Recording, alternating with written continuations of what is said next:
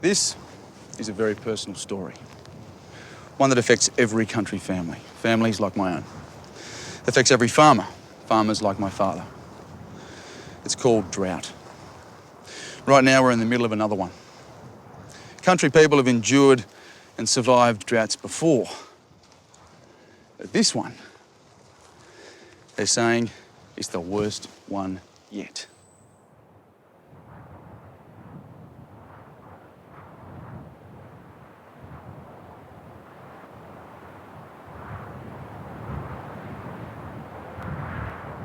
Drought's a very cruel thing, you know, it just creeps up. It's like a cancer and just eats away at people and eats away at land. I've never seen so many cattle dead. I've never seen farmers had to shoot so many stock. And I've never seen so many people just emotionally upset, mate. They're just buggered, just had enough. I don't know what's going to happen.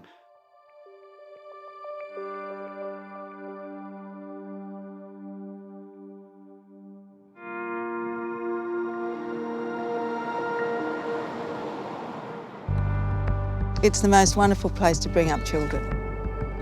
And as you would remember, you know, open spaces, driving vehicles, motorbikes, fishing, yabbying, all your friends out camping. Always. Down the creek, when there's a bit of water in it. Yeah.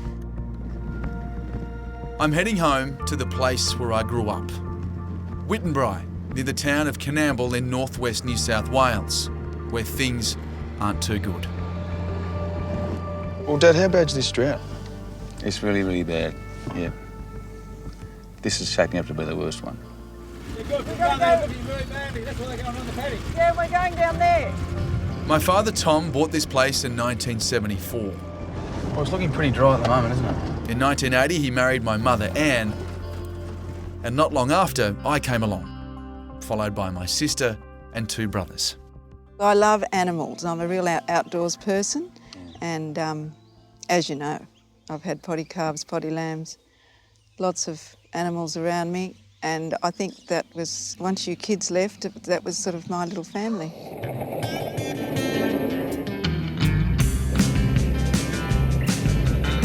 Despite my day job, I haven't missed a harvest since I could walk. Are you having dinner? Yeah, well, I'm a little late for you. And when times are good, they're really good. That is gold. Ample gold.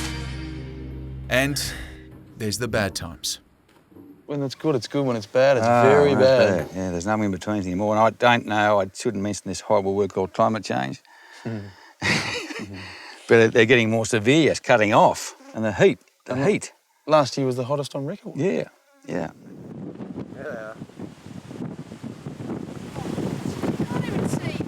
I've seen it dry here before. Dust storms. Those dust storms, when you took the camera out there and see it up on Oh, that. that's right. Yeah. Then you couldn't see a thing. No. Just the dust come, a big wall of dust just come straight over here, wasn't it? Oh, what here is a bloody big dust storm! Alex Cullen reporting. It was 2002, during what became known as the Millennium Drought. We kids were too young to realise the effect it was having on our parents. We had to sell a lot of sheep, and people were shooting their sheep because the cost of the bullet was cheaper than the cost of transporting them into town, and then they had to dig holes to bury them. Yeah, because it was so drastic that they were worth nothing and that you couldn't feed them. That would have been tough on Dad. Well, it's very tough but they're bred like that, these farmers. They go through good and bad and droughts and floods, and they know that's the way it's got to be. And what's it do to a bloke, a drought? Bad things. Well, it does bad things. He's got nothing to do on the farm. He watches his stock die, or he sell them off at a loss. He sits back and he knows full well when it does rain, the market's going through the roof. So you're going to pay top dollar to restock. So that's what you've got to look forward to. Well, yeah, I remember you standing and looking out The kitchen window, saying, shit, is it going to rain? There's a cloud out there. God, come over here. Well, that's what you did, though. I know. You'd be out there every morning. I know, and it was bad.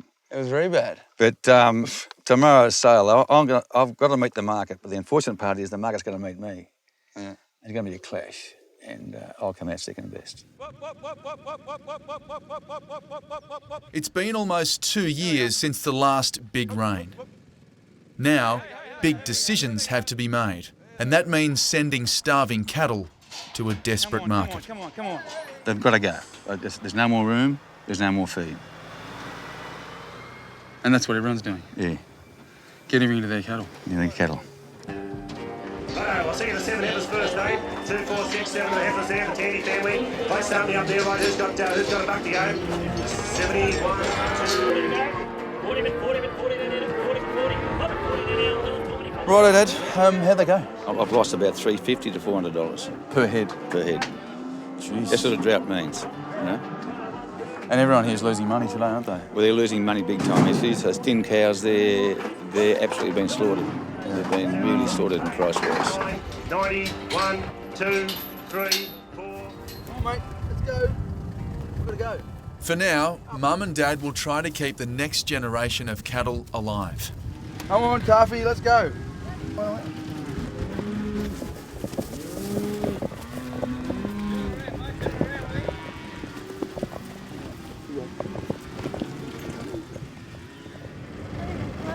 It's a shared burden between husband and wife. A good woman in the bush is worth 1,000 elsewhere, you know. Oh, look at Mum. Look at Mum, yeah, what she's done, you know. Put up with me and put up with the drought and put up with the debt and all that business and went through it all. Yeah. No hard feelings, was there? Well. A few moments we had. He did, yes. Mum has a few jobs: mother, farmer's wife, and high school teacher.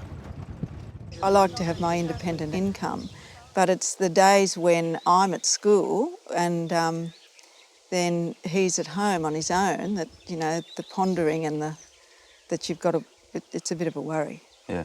Well, you've seen Dad in some low times. I know. Shame. I've seen him in a bad way.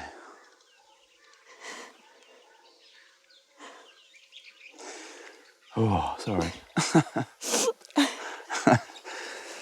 Yeah, it's hard. I know how hard it is. But luckily he's got that wonderful sense of humour and we're aware of welfare. Welfare is very important. Yeah. And to make sure that you talk. Well, I remember it gets so bad that you'd tell me to make sure the gun cabinet was locked. Well, I know of farmers who've committed suicide. They owe so much money to the bank and they get so heavily into debt, either with their farming or with their stock, that they see no other way out and it becomes, depressed.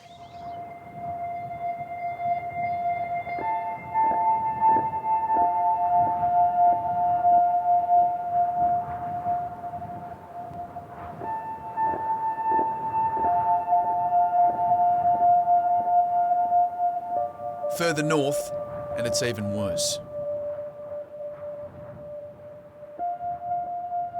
This is central Western Queensland.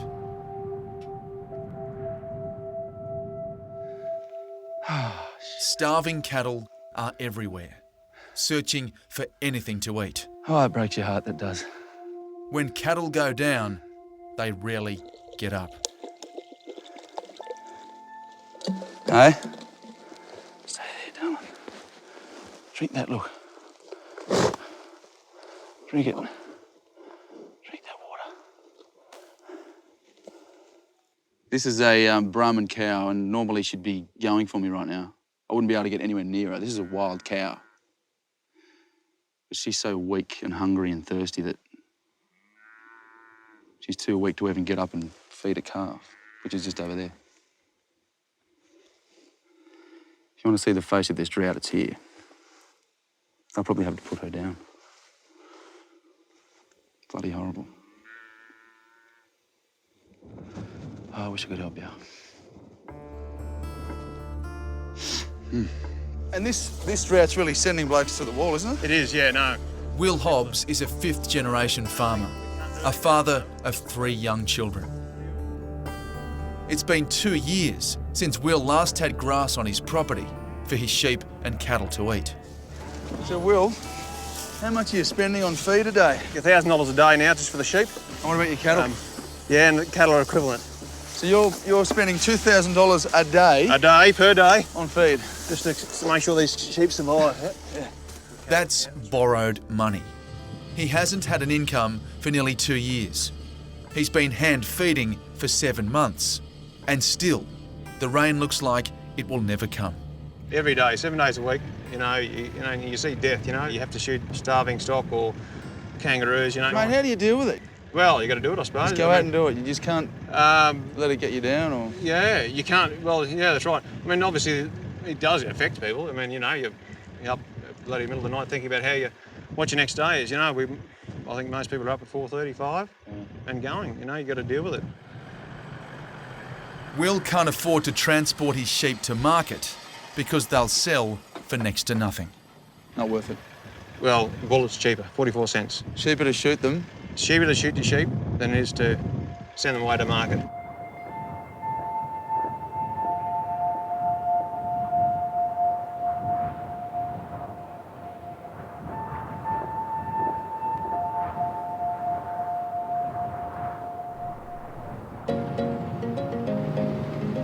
For farmers around Tambo in Queensland's Central West, some help is on the way from a charity called Aussie Helpers.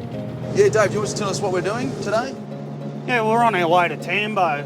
We're going to have a hay distribution day where all the farmers in the local area can come in and I'll get a few bars of hay and a bag of dog food and have a yarn and a barbecue and just basically a time for the community to come together.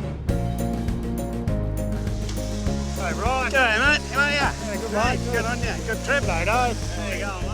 Aussie Helpers is a fantastic organisation, mate, just fully run by volunteers. Rightio, shall we start unloading? Yeah, we'll get into it, eh? Get the straps and gates off. It was created by an idea that I had one day to help farmers. And it's just gone on from there. So today is hay day at the Tambo Showground.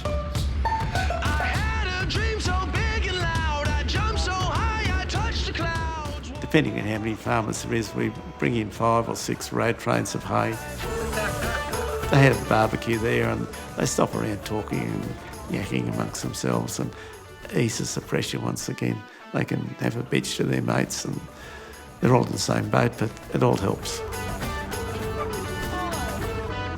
In amongst the big hats and blue shirts, young Jess Acethorpe arrives for some hay and some company.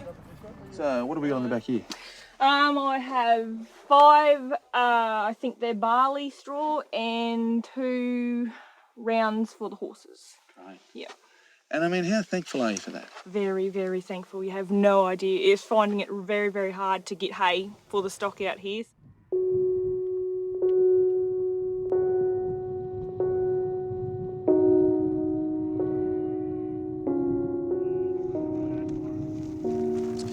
Farmers out here are watching these clouds roll in, but the cruel truth is there's hardly anything in them, just a few isolated showers. In fact, it's spitting right now, but nowhere near enough to break this drought. It might mean a few patches of grass out here for the animals to eat, but as one farmer puts it, like giving a starving man a cornflake. The further north we go, the more desperate this drought gets.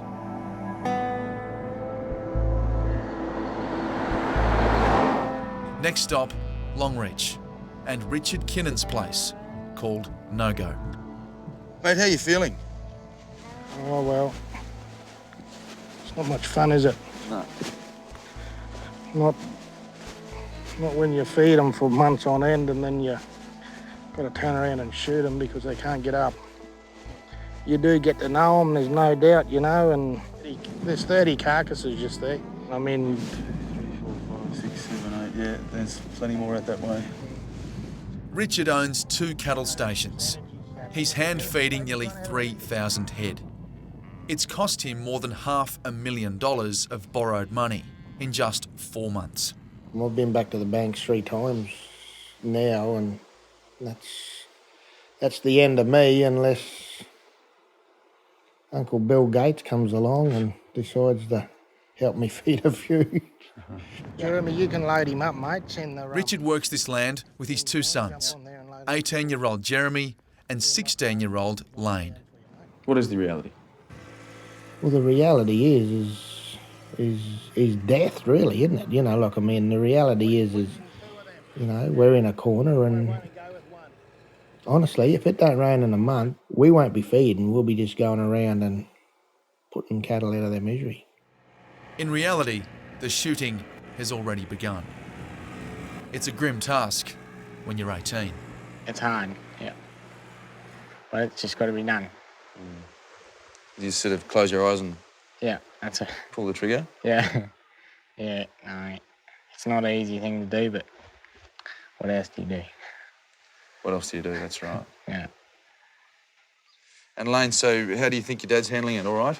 Oh, yeah, he's going all right. Yeah. He's still telling us what to do, so we're right. No, he don't like seeing the cattle suffer like anyone does. It affects everybody, but that's just it. Just hope it comes good again and we can feed them and save them till when it rains again. That's all we can do. Yeah. I wake up of a night time about women 2 o'clock every night, and I can't get back to sleep because all I can think about is these poor old girls walking around eating nothing, looking for something and eating nothing. And once that starts going over in your head, you can't get back to sleep. I can understand why me mates are, you know, walking down the paddock and not coming home. Have you thought about it? Well, no, I got me kids to think about, you know. And you know that you got to kind of, but it's close. I mean, you just wonder if it's all worth it.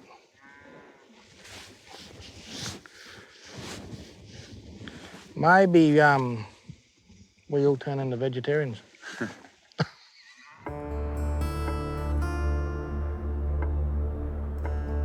But there's going to be an Armageddon or something that's going to happen if it doesn't rain for this winter. Should be a natural disaster, shouldn't it? Well, natural disaster, what worries me is the cost of food. I think the people in Sydney, Melbourne, Brisbane, you know, say, hang on, what's going on here? There's no meat. There'd be no meat to eat. Or bread. They're your staple diet. That's the worrying part. Our food supply is going to dry up. So what do you do after that? You import it or you whatever. That's the rate of cattle being sold and the mothers, especially the cows and the mothers being sold off. It's just horrendous. They're just getting rid of all the breeding stock. G'day, Katrina. Hi, Alex. How you going? Good. Katrina Hodgkinson is a farmer's daughter and Australia's first female minister for primary industries. She's just finished a tour of drought-stricken Western New South Wales. And what are you seeing in the faces of those farmers? Just defeat, I suppose, on a lot of them. Oh, look, farmers are just amazing people. They really do try to keep out a spark of hope. They're the world's greatest optimists, I think, and a lot of them have got just a great sense of humour, but you know deep down that it is actually really hurting. Katrina grew up with her parents and 2 sisters, including our producer, Alex, on a sheep property outside Yass. David Hodgkinson was a 4th-generation superfine wool grower. Successful, respected, loved. He was a campaigner for farmers' rights. I started hanging out with him in my teenage years, going to rallies and you know, watching him speak, just thought, oh, he's just amazing. He was just my hero. Just thought he was amazing.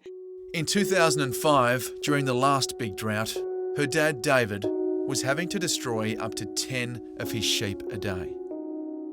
He was dealing with family business pressures, and the strain was beginning to show.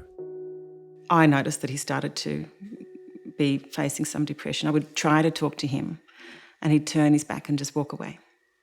It didn't matter what I would try to say to him, try to engage him. He was not going to engage. On the 2nd of September, Katrina was getting ready for work when her mother, Rosemary, rang. David was missing. Katrina thought of places where he might be and went to the woolshed. His ute was parked there. His lunchbox, Mum faithfully made him lunch every day, and his lunchbox was still on the front seat. And I thought, oh, here we go. Here we go. So I climbed up the timber stairs, slid open the old timber shearing shed door, and I walked inside past the baling unit, around past where we sort the fleeces into their bins, and I saw his foot. I saw his foot out the door of one of the holding pens next to the shearing unit. So I opened the door and he was lying there, knife next to his hand, and he'd obviously already been there for a couple of hours. It was cold. It touched his face. It was cold. It was cold, and I went cold, and everything went cold. It was pretty traumatic. And every time from then that I blinked, for months, every time I blinked, every time I closed my eyes, I saw him lying there, and that was pretty hard. Your sister said to me, the thing I miss most is not being able to call him. Yeah, absolutely. After each day and after speaking to those farmers. Yeah, no, that's absolutely right. And for months, I would ring. I'd just ring him. And his voicemail would still be there. So I was like, oh, yeah, that's right, he's not here anymore. Can't do that anymore. And you find that you just keep on doing things the way they were, and you keep forgetting that they're gone. Even though they're gone, you don't want them gone. You want them back. You want them back desperately. Yeah, that's right. You desperately want them back. And you just do anything to get them back. But you can't do anything to get them back. And they're not coming back. And that's the end. And that's it. It's over. Finito. There's no second chances. You're gone, you're gone.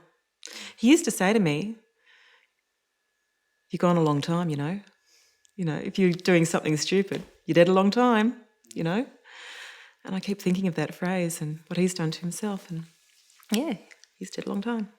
Yeah, dead a long time. Yeah. During our time with Katrina, soaking rain fell on bone-dry paddocks. But nowhere near enough to break the drought.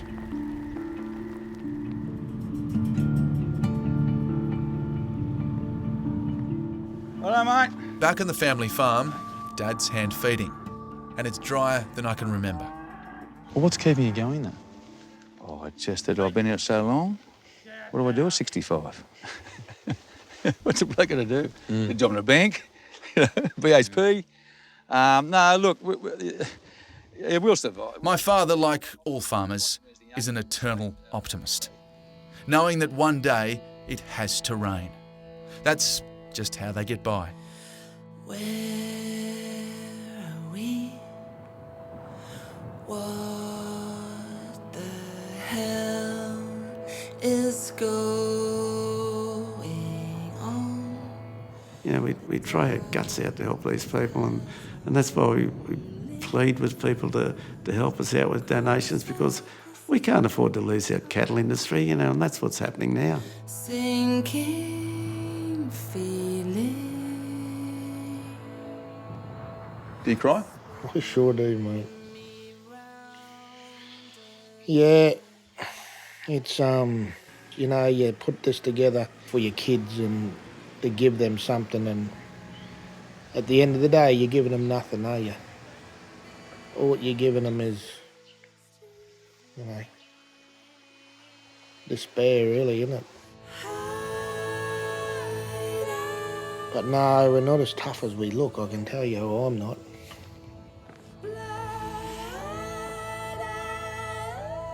It's our land, isn't it? It's our land, and it's all we know, and